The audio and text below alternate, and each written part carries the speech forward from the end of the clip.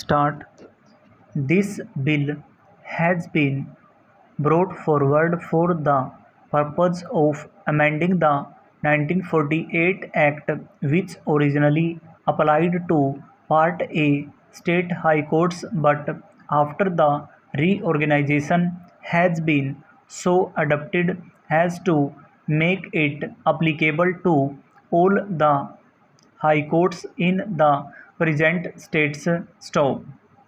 Formerly, so far as the then British India was concerned, we had the Order of 1937 under the Government of India Act of 1939. Stop.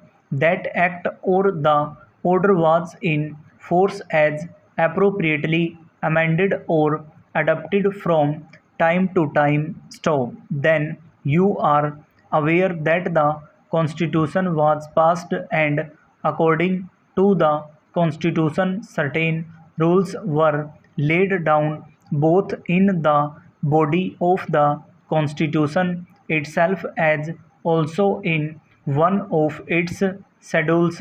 Stop.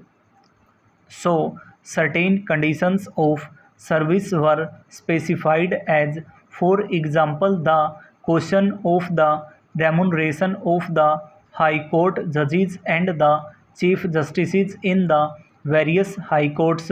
Stop. But some matters remained too. Therefore, in 1954, an act was passed by Parliament so far as the then Part A State High Court were concerned. Stop.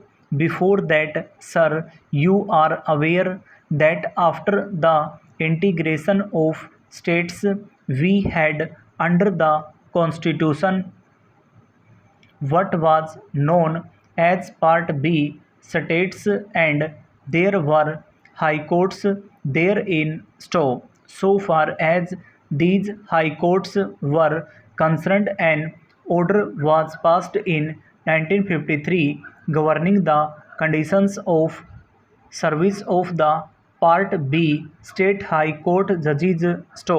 Subsequently, after the reorganization of states, you are aware, sir, that advantage was taken of the amendments to the Constitution in certain respects. So far as the High Court judges were concerned, and those amendments actually came into effect from 1st November 1956. Thus, you will find, sir, that from 1st November 1956 we have the High Court Judges Act of 1954 duly adopted after reorganization.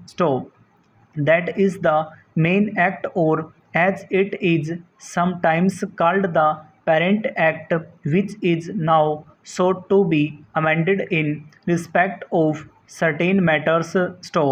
One is with regard to leave, and it is considered necessary to specify certain circumstances. The second is about the making of some.